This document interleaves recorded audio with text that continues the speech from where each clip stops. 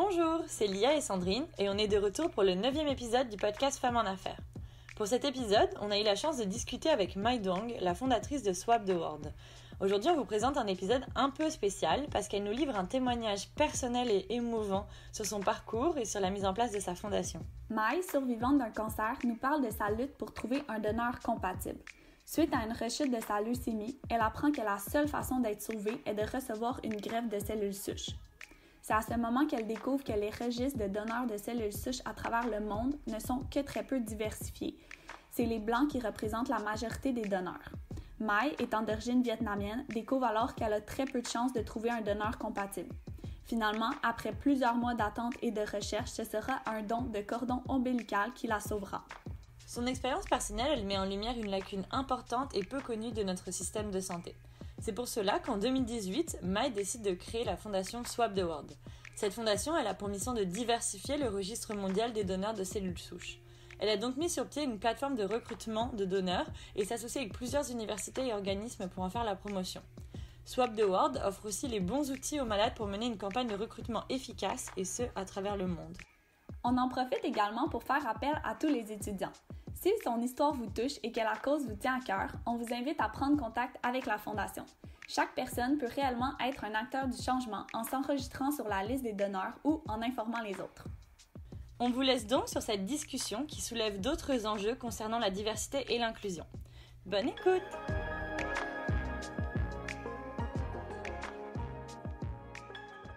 Alors, merci beaucoup d'avoir accepté notre invitation à participer au podcast. Donc, est-ce que tu peux nous parler un petit peu avant ton diagnostic? On va en parler un peu plus après. Tu travaillais en agence de publicité chez Cosette et Touché. On a vu qu'ils sont quand même des grosses agences. Est-ce que tu peux nous parler un peu de ton parcours professionnel et dans ces agences-là? Ouais, j'ai gradué au HEC en 2002. J'ai fait marketing et ressources humaines, puis après ça, une de mes amies et moi, on a décidé d'aller en Australie. Donc, on est allé en Australie tout l'été, puis là, on est revenu. Puis là, évidemment, il fallait qu'on se trouve vraiment une vraie job. Puis je ne savais pas si je voulais travailler en agence ou non. J'avais fait marketing et ressources humaines, donc c'est un peu bizarre comme combinaison, mais tu sais, je savais que j'aimais beaucoup l'humain. Puis j'avais entendu dire que les agences de publicité, c'était le fun, c'était comme rencontrer des jeunes de notre âge et tout. Donc, je voulais postuler là-dedans, mais on m'avait dit que c'était extrêmement difficile de rentrer dans les agences de pub. Et la plus grosse agence, c'était Cosette Communication. Puis je me suis dit, OK, je veux vraiment rentrer, mais comment est-ce que je rentre? Puis là, il y avait un ami d'amis qui m'avait dit, la meilleure chose, c'est que tu t'appelles un des vice-présidents, puis tu te présentes, puis tu fais comme du cold call. Je me suis dit, OK, je vais faire ça. Fait que là, je fais du cold call, fait que là, je laisse des messages, mais évidemment, tu sais, je suis rien, là, je suis une poussière, j'ai 22 ans, puis lui, c'est le vice-président d'un département. Fait que là, j'appelle, je laisse un message, puis évidemment, il me répond pas. Puis à un moment donné, je pense que ça a pris comme genre 10 ou 12 appels, il répond. Puis je dis « Bonjour, c'est Mai! » Puis là, il m'a dit « Évidemment, oui, je sais c'est qui. » Puis je dis « ça sera vraiment pas long. J'aimerais ça vous rencontrer. J'ai toutes les attitudes possibles pour travailler en agence, blablabla. » Puis là, il m'a dit « Je suis pas intéressée. Envoie-moi le CV, puis je vais l'envoyer aux ressources humaines. » J'ai dit « Non. J'ai besoin de 15 minutes de votre temps, 5 minutes de votre temps. » Puis là, il a dit « OK, jeudi prochain, je te donne 5 minutes. » OK, c'est gros. Fait que là, tu sais, j'essaie de me préparer, je le rencontre et tout. Puis ça se passe bien. Le 5 minutes, au fond, je l'ai bossé. C'était comme 30 minutes. Puis après, il me dit, justement, on a on cherche une assistante. Puis c'est pas moi qui prends la décision. Donc, il fait descendre le superviseur. Puis le superviseur descend. Puis c'était comme une mini-entrevue. Puis là, le superviseur, il me dit, ce sera pas moi qui va décider, ça va être le directeur. Mais tu vas devoir passer une entrevue avec le directeur. Je dis, OK, ça marche. Fait que là, je reviens chez nous. Puis le soir même, j'étais pas à la maison, je vivais avec mes parents. Puis le directeur a laissé un message sur le répondeur de la maison et c'est ma mère qui l'a pris. Et ma mère, au lieu juste de me dire « Rappelle le directeur de chez Cosette », elle m'a dit « Je l'ai rappelé pour toi. » J'ai dit, mais oh mon Dieu! Oh mon Dieu, oh mon Dieu, c'est ma vraie job! Puis j'ai dit, qu'est-ce que t'as dit? Elle a rappelé le monsieur, puis elle a dit, ben, je suis la maman de Mai. Mai serait super enthousiaste de vous rencontrer. C'est juste ça que je voulais vous dire. Donc, elle va vous rappeler. J'étais horriblement embarrassée, mais ça a été une belle opportunité pour moi parce que là, je l'ai rappelé. Puis la première chose, il a dit, je peux pas croire que j'ai parlé à ta mère avant de te parler. Puis ça a été un running gag, fait que je l'ai rencontré, puis ça a brisé la glace tout de suite. Puis là, ils ont vu à quel point j'étais persévérante, puis j'ai eu la job. Fait que c'est comme ça que je suis rentrée. Wow, c'est toute une histoire, Cossette. Ça. Appeler 12 fois le VP. J'ai Ouais. entendu ça souvent. Oh, moi non plus. Et le faire rappeler par sa mère, ça, c'est la cerise sur le gâteau. J'adore. Mais c'est ça que j'ai réalisé, puis je pense que je l'ai réalisé maintenant parce que j'ai plus d'expérience, je suis plus vieille qu'avant, mais qu'est-ce qu'on regarde beaucoup chez les candidats et les candidates, c'est l'attitude puis la persévérance, le hustling. À quel point est-ce que tu veux la job? Si tu appelles une fois, si tu t'écris un courriel une fois, puis après tu laisses tomber, ben sorry, mais le fait que tu deviens tellement...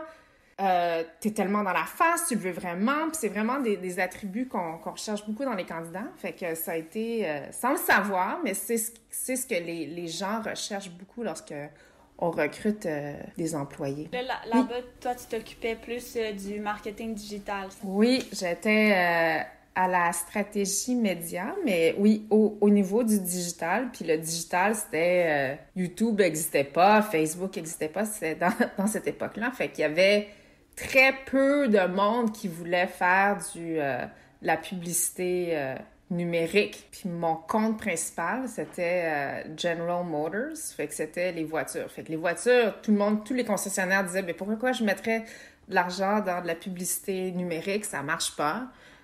Moi, c'est les journaux, c'est la radio et tout et tout. Puis là, nous, on avait comme 22 ans. On était une petite équipe. Puis on dit, ben non, vous allez voir, là, il va y avoir un gros shift, il va y avoir une grosse différence. Puis ça a pris beaucoup de temps. Puis là, maintenant, on voit à quel point les revenus publicitaires ont shifté vers le numérique. OK, fait que c'était comme d'aller convaincre les gens de changer, eux, leur stratégie de publicité.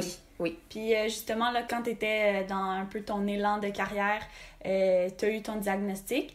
On se demandait si tu pouvais expliquer un peu aux auditeurs comment ça s'est passé, tout ça. Puis nous, on t'arrêtera si on a des questions plus détaillées. Parfait. J'ai été diagnostiquée à 32. Puis à 32 ans, j'étais rendue directrice média. J'avais une équipe. J'ai toujours une fille. Elle avait 3 ans à l'époque, puis j'étais enceinte de mon 2e enfant. Fait que je venais tout juste d'annoncer à l'agence que j'étais enceinte. On avait eu notre party de Noël, on avait fêté ça, puis durant décembre, janvier, ben tu sais, j'avais un rhume qui partait pas, puis je comprenais pas pourquoi. Alice, elle avait 3 ans, elle allait à la garderie, fait qu'elle était déjà en partant, elle était déjà malade tout le temps, fait qu'elle l'a passé à mon chum était malade, fait que je me suis dit, ben naturellement, c'est juste moi aussi qui est malade. Puis c'est un rhume qui partait pas. Puis à un moment donné, ben, j'ai été voir un médecin juste pour faire une prise de sang à l'hôpital pour un suivi de grossesse. Puis c'est là qu'ils m'ont dit, ils m'ont rappelé la journée même en me disant que le test de sang n'était pas normal, puis il fallait que je revoie mon gynéco rapidement. Une journée plus tard, j'ai rencontré ma gynécologue, puis c'est là qu'elle m'a dit, je suis pas un médecin qui est spécialisé en sang, mais dans le pire des cas, c'est une leucémie. Puis là, j'ai dit qu'une leucémie, c'est pas un cancer du sang. Puis elle a dit, oh, oui, mais c'est pas au niveau des enfants, au niveau pédiatrique. Puis elle m'a dit oui. Fait qu'elle a dit, je suis pas une spécialiste là-dedans, mais reviens le lendemain à l'hôpital. Puis il va y avoir des vrais médecins qui vont pouvoir analyser la fiole de sang que tu as donnée. Puis ils l'ont analysé, puis ils ont dit, c'est sans équivoque, c'est un cancer du sang très agressif.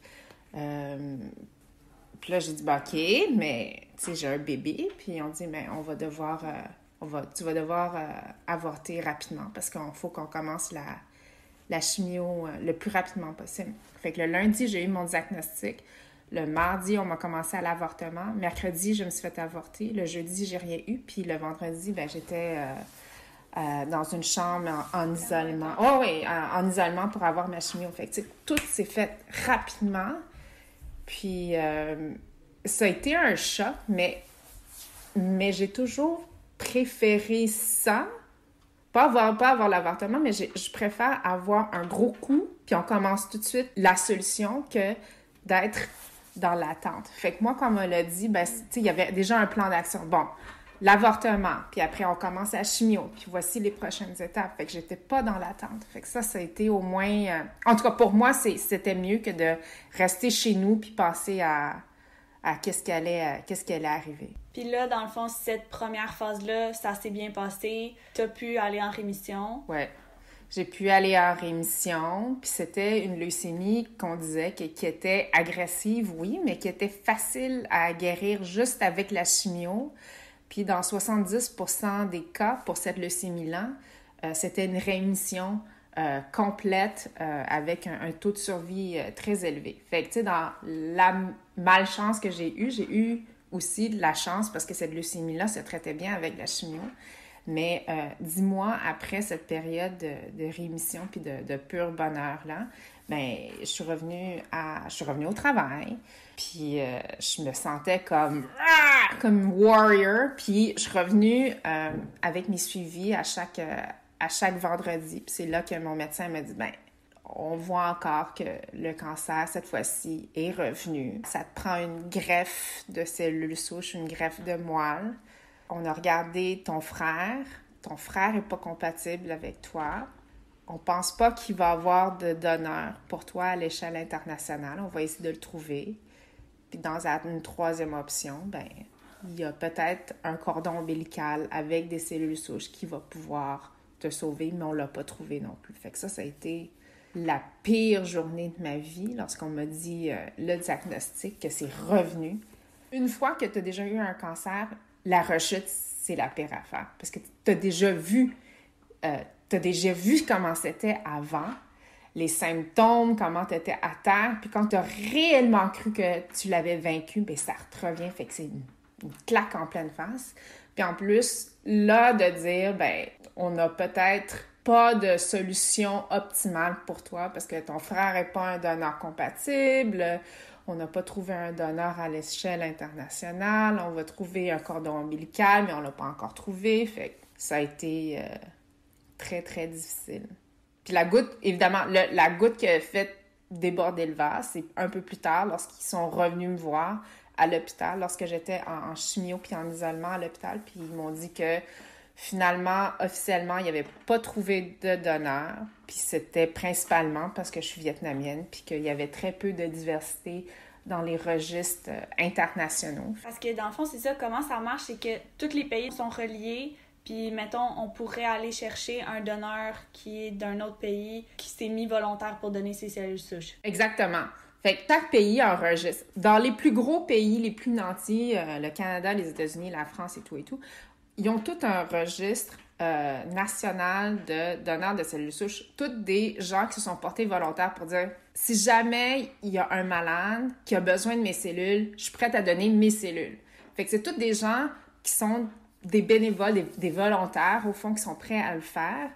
Puis 70% de ces gens exceptionnels-là sont d'origine blanche. Mais pour une greffe de cellules souches, une greffe de moelle, ça prend vraiment une bonne compatibilité au niveau génétique. Fait que moi, puisque moi je suis vietnamienne, ça me prend un donneur vietnamien.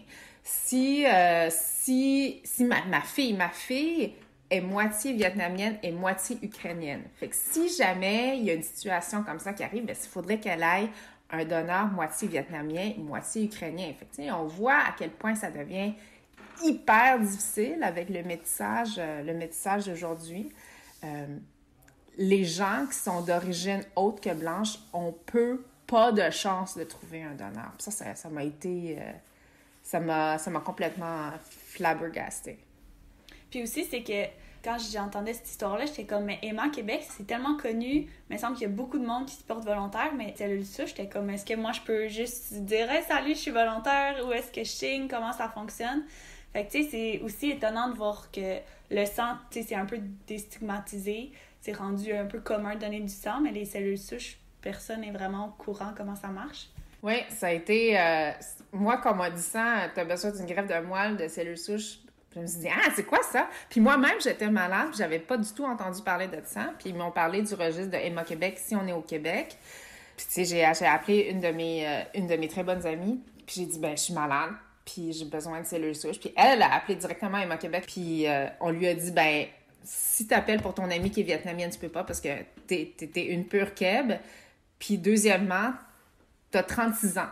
Puis pour t'inscrire, il faut que tu sois âgé entre 18 et 35 ans.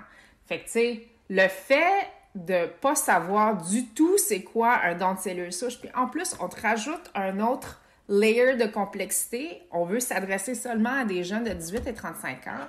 Mais là, ça vient complètement réduire ta fenêtre d'opportunité. Fait que ça veut dire que les 18 à 35 ans, ou même les plus jeunes que ça, doivent savoir c'est quoi avant. Puis là, durant cette période de 18 à 35 ans-là, ils peuvent se dire, OK, c'est-tu pour moi? Ça me tente-tu vraiment le faire pour une personne que je connais pas? Oui, non. Mais les inscriptions, ça se fait en 18 et 35. That's it. OK, c'est ça. Même nous, on savait pas. Mais tu sais quoi? La majorité des gens ne le savent pas. Puis c'est complètement absurde parce que le don de sang, tout le monde connaît ça. S'attacher une ceinture de sécurité quand tu t'en vas en voiture, tout le monde connaît ça, mais un don de cellules souches qui peut être extrêmement démocratisé puis que les gens peuvent décider, je veux-tu le faire ou si je veux pas le faire? Mais s'ils le savent pas en partant, qu'est-ce que tu veux faire, là? Donc, tu t'es donné un peu la mission de vulgariser le concept puis d'aller essayer de diversifier la banque, dans le fond, mondiale de cellules souches.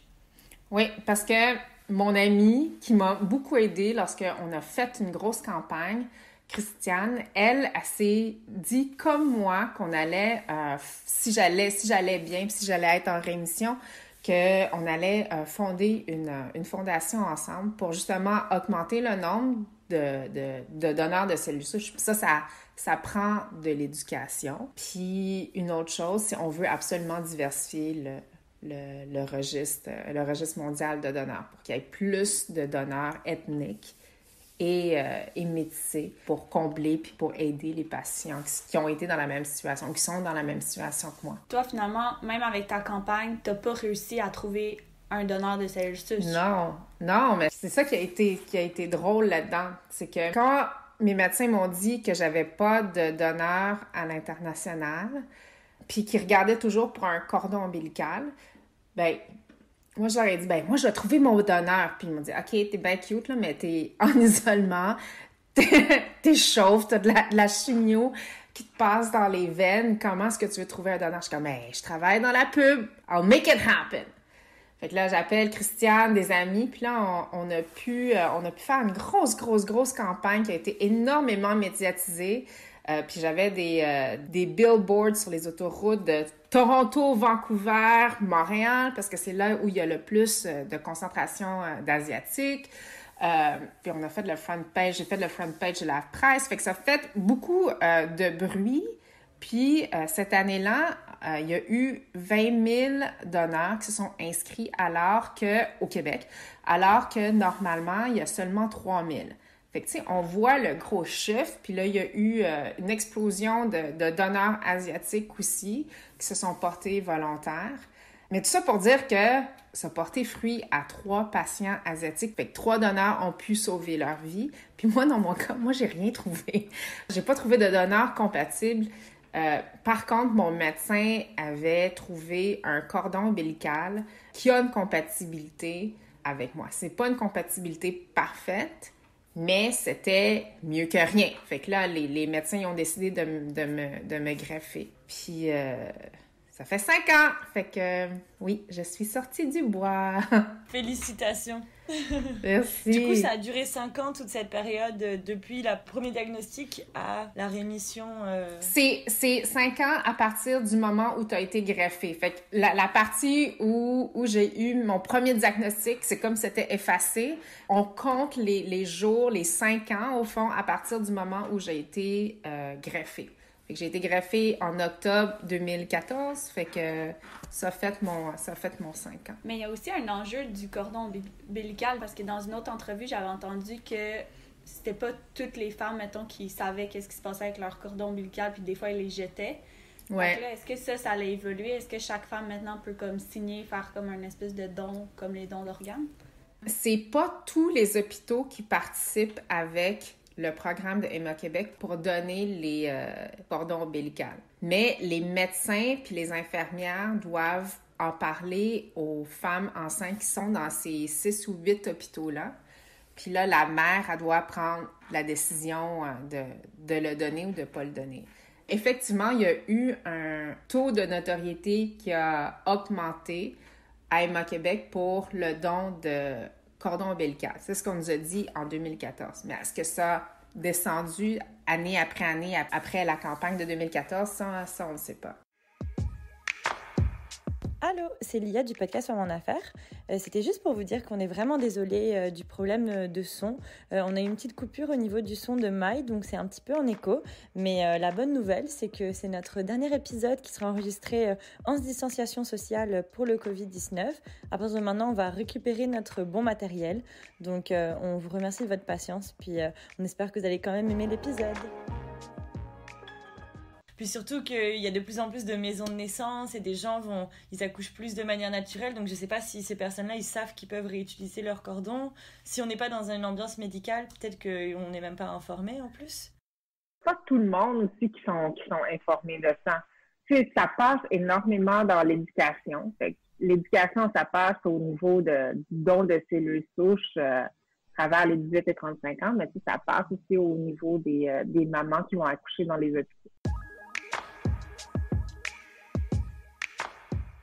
Comment je fais, moi, si je veux décider de donner? Puis si on fait partie, mettons, de la catégorie surreprésentée, donc les Blancs, comment on fait quand même pour participer à essayer de diversifier la banque? La première chose, c'est que si tu veux devenir un donneur, tu peux juste aller sur le site de la fondation qui s'appelle Swap the World. Et dans la section Swap the World, il y a une section sur comment devenir un donneur.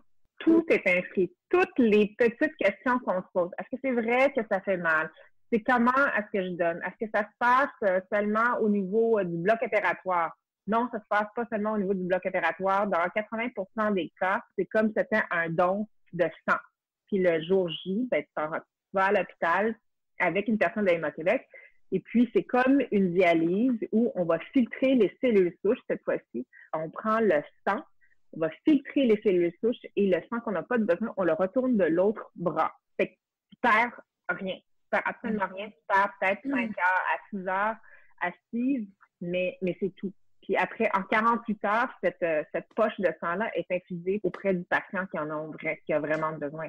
Ça, c'est dans la majorité des cas. Fait que si tu veux être un donneur ou tu veux en savoir plus, parce que tu ne sais pas si tu veux ou non, tu as juste à te rendre sur le site de Swap the World.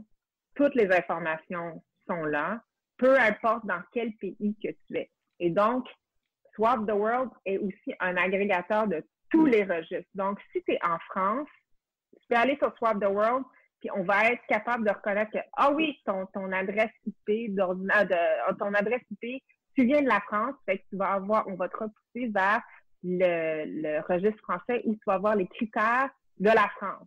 Même chose si tu viens du UK, même si tu viens des États-Unis, parce qu'au fond, un donneur de cellules souches, c'est un donneur pour n'importe qui dans le monde. Et nous, on voulait absolument s'assurer que si tu entends ce podcast-là en France, tu dis, ben, moi, j'aimerais ça savoir c'est quoi le registre français. Tu prends sur Swap the World, puis après, tu as toutes les informations. Moi, j'ai une question, peut-être qu'il y a déjà écrit sur le site, mais moi, en tant qu'immigrée, j'ai pas le droit de donner du sang. Est-ce que si je voulais donner des cellules souches, est-ce que je pourrais le faire au Québec ou c'est pas possible parce que justement, en tant qu'immigrante, peut-être que ça permettrait de diversifier le registre au Québec? Oui, ben ça dépend si tu as ta résidence, permanente, si tu as ta RAMQ. Si tu l'as, ça veut dire que tu peux t'inscrire auprès du registre d'Emma Québec sans problème. Okay. Puis avant qu'il y ait justement votre fondation Swap the World, les gens ne pouvaient pas s'informer par eux-mêmes pour savoir comment aller rejoindre la banque de donneurs ou comment ça fonctionnait? Il faisait, sauf qu'il n'y avait pas un réseau comme nous, on a un réseau. Admettons, pour Aimant Québec, c'était Aimant Québec qui avait ses propres initiatives pour aller rejoindre les 18-35 ans. Alors que nous, notre beauté là-dedans, c'est que Swap the World, on vient du milieu publicitaire. Donc, pour nous, c'est plus facile d'aller parler directement à des 18-35 ans, puis d'avoir un langage beaucoup plus vulgarisé, je veux pas dire authentique, parce que c'est pas vrai que Aimant Québec est pas authentique, mais on a un langage qui est pas corporatif et pas scientifique. Et on a maintenant un réseau d'ambassadeurs, ce sont des jeunes étudiants en médecine. Maintenant, on est rendu à 61 jeunes en médecine de l'Université Montréal, McGill, puis Trois-Rivières, que eux autres aussi, qu'est-ce qu'ils font? Ils font de l'éducation. Donc, ils vont parler du don de cellules souches puis du manque de diversité dans les cégeps, dans d'autres facultés et dans les écoles secondaires pour que même les étudiants à l'école secondaire qui n'ont pas 18 ans, pour qu'ils sachent c'est quoi un don de cellules souches. La prise de conscience, ça doit se faire avant aussi. Et donc, si on fait notre éducation avant, puis étant donné il y a la pandémie, les gens peuvent s'inscrire pour être un donneur en ligne aussi. Et donc, si on s'inscrit en ligne, Aimant Québec envoie la trousse de frottis buccale, qui est un swab, au fond, que tu te frottes à l'intérieur de la joue. Tu le renvoies, puis une fois que tu le renvoies, ça veut dire que tu es un donneur potentiel pour un patient n'importe où dans le monde. Wow, c'est tellement facile. L'inscription est très facile. Mais après, si on t'appelle parce que tu es un match avec quelqu'un, présentement aux États-Unis, il y a un désistement de 50 Ça veut dire que les gens qui sont inscrits, qui se sont swabés, ils ont dit « Alright, c'est trop facile, je vais le faire. » Mais ça veut pas dire que une fois que tu t'inscris, que tu es appelé de un, ça se peut aussi que tu vas être appelé dans 3, 4, 5, 6 ans. Il faut quand même que tu sois un donneur, puis que ça te vient intrinsèquement te chercher, puis tu dis moi, ça m'arrivait à ma sœur, à ma mère, à mon père. Je veux que quelqu'un soit là pour lui, pour eux. Mais c'est la même chose que tu dis, mais moi, je suis prête à être le lifesaver d'une personne que je ne connaîtrai peut-être jamais, mais je suis prête à faire ça. Mais il y a beaucoup de monde qui le font parce que ta chum le fait, ton chum le fait, tout le monde le fait. C'est bien le fun de swabber, mais quand c'est le temps de le faire, il y a 50 des gens qui choquent. Ça a des conséquences dévastatrices pour un patient parce que même si 70 des donneurs sont blancs, trouver un donneur, c'est hyper difficile. C'est comme jouer à la loterie. Fait que c'est pas évident de trouver un donneur. En plus qu'il y a 50 des gens qui choquent. Ouais, est-ce que vous êtes en train de penser à comme une espèce de stratégie pour améliorer ça?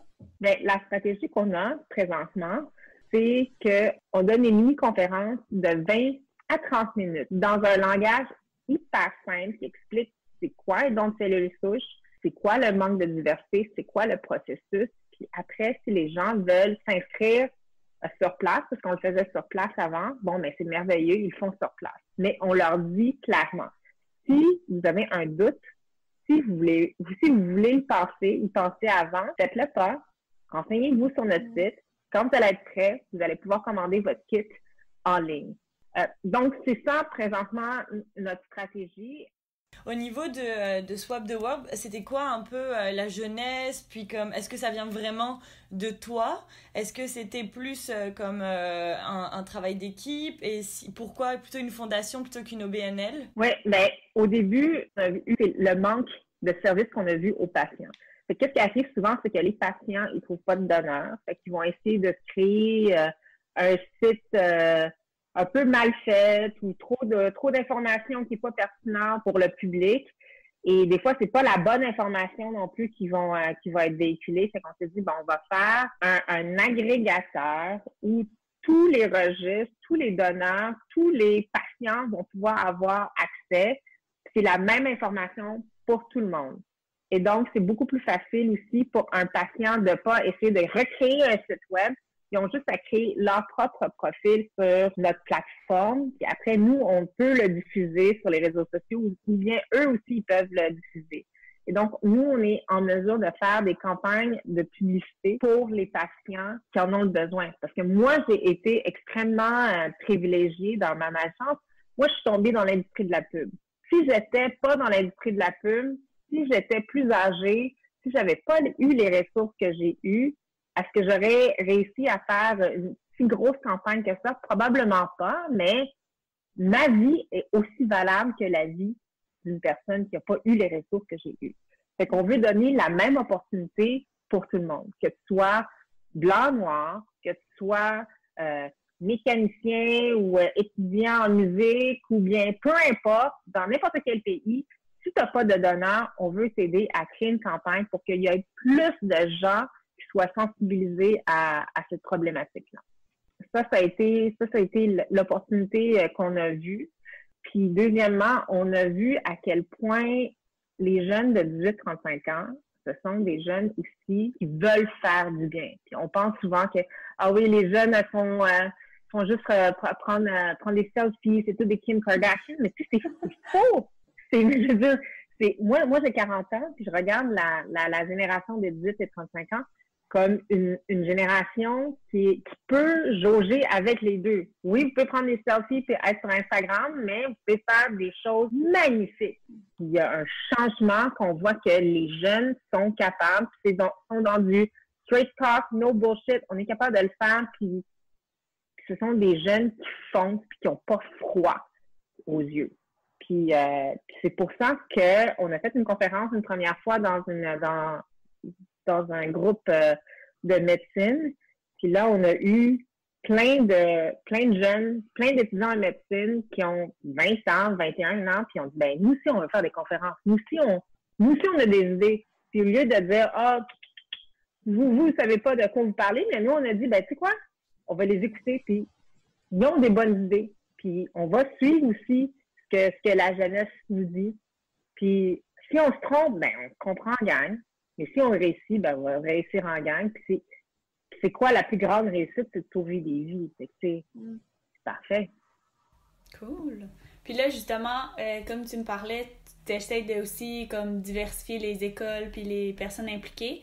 Fait que si les gens au HEC, par exemple, ils voudraient commencer une initiative puis donner des conférences à HEC, ils pourraient aussi commencer à le faire, même si on n'est pas dans une école de médecine. Exact, parce que là, on a commencé évidemment avec un réseau d'étudiants en médecine, mais le but, c'est d'aller rejoindre plein de programmes, plein d'universités, soit au HEC, que tu sois à Concordia, que tu sois à UQAM, puis la cause vient te rejoindre, puis que tu veux sauver des patients, puis que la diversité, c'est important pour toi, puis que tu veux réellement faire une différence. On veut des gens comme ça. Bon, ben l'appel est lancé à tous ceux qui... Oui! On a lu un peu dans tes entrevues que tu parles beaucoup de résilience et que tu t'es beaucoup appuyé sur cette belle compétence-là. Comment tu fais pour rester positif puis comme arriver à garder le pouvoir un peu face à ça? Est-ce que tu as tiré des leçons? J'imagine que oui. Oui, il y a des leçons, mais tu sais, je veux pas non plus être une coach de vie parce que je suis zéro coach de vie, puis vivre dans le positif tout le temps, c'est pas possible non plus. Je pense que la barre est vraiment trop haute de vivre toujours dans du namasté, puis dans du positif. Je pense que la vie est courte. Ça, c'est indéniable. Puis on choisit où on veut mettre notre temps. Fait que si ça t'amène quelque chose de bien, puis que tu vois que oui, c'est difficile maintenant à court terme, mais ça va être bien à long terme, puis que tu peux te focuser là-dessus, oui, ça prend de la résilience, puis il faut que tu y travailles à chaque jour. Mais je me dis aussi, il ne faut pas qu'on se rend complètement folle non plus là-dedans. Puis des fois, c'est juste prendre un recul puis du repos vraiment nécessaire, puis de ne pas être dans la surperformance. Moi, je suis une performante, j'adore performer, mais des fois, il faut juste mettre un gros bouton pause puis dire, c'est quoi, on va se reprendre une autre fois, puis j'ai juste besoin de me reposer. Fait que la résilience, oui, un peu à tous les jours, mais tu sais, faut pas non plus te mettre cette grande pression-là non plus. Parce que tu disais dans une autre entrevue, tu avais dit que dans le fond, tu ressentais beaucoup de culpabilité par rapport à ta vie parce que justement, tu étais beaucoup dans la performance dans ton ancien travail. Puis là, tu trouvais que peut-être ça avait joué sur ta santé puis tout ça. Fait que comment aujourd'hui, tu arrives à te déculpabiliser? Parce que je pense que ça peut être le cas de plusieurs femmes aussi qui sont un peu, ils se sentent coupables par rapport à est-ce que je travaille trop ou est-ce que je peux passer avec ma famille, mes enfants, mon conjoint. Fait que comment t'as géré ça, la culpabilité? C'est vraiment pas parfait. Moi-même, je suis la championne à me culpabiliser tout le temps. Là. Je pense que les femmes, nous, on a toujours ce doute-là, mais à un moment donné, c'est comme, faut que tu le taffes, puis tu dois keep on going, puis c'est tout. Parce qu'à un moment donné, on vit beaucoup dans notre tête aussi. En tout cas, moi, je vis beaucoup dans ma tête aussi. Puis je me dis, je préfère ci, je préfère ça, je ne l'ai pas fait, ma tout doux. Puis qu'est-ce que je trouve bizarre, c'est que j'ai frôlé la mort à 2 reprises. Et même à ça, je retombe dans le pattern de la performance et de la culpabilité. C'est une balance, hein. Ça ne sera jamais parfait. Fait que c'est quelque chose sur quoi tu travailles comme un peu à tous les jours pour essayer d'avoir plus un équilibre. Oui, vraiment. Ben, merci beaucoup pour cette entrevue. Je pense que ça a conclu le podcast. C'était vraiment touchant comme témoignage. Merci beaucoup. Je pense que ça va vraiment faire prendre conscience à des gens qu'on peut agir individuellement, puis juste en faisant un don, on peut sauver des vies. Vraiment. Merci beaucoup pour l'opportunité. Ben, ça fait plaisir. Merci d'avoir écouté l'épisode, puis on espère que vous avez apprécié. Si vous voulez, vous pouvez nous suivre sur les réseaux sociaux, sur Instagram @podcastfea et sur Facebook @podcastfemmes en affaires. Merci, à la prochaine!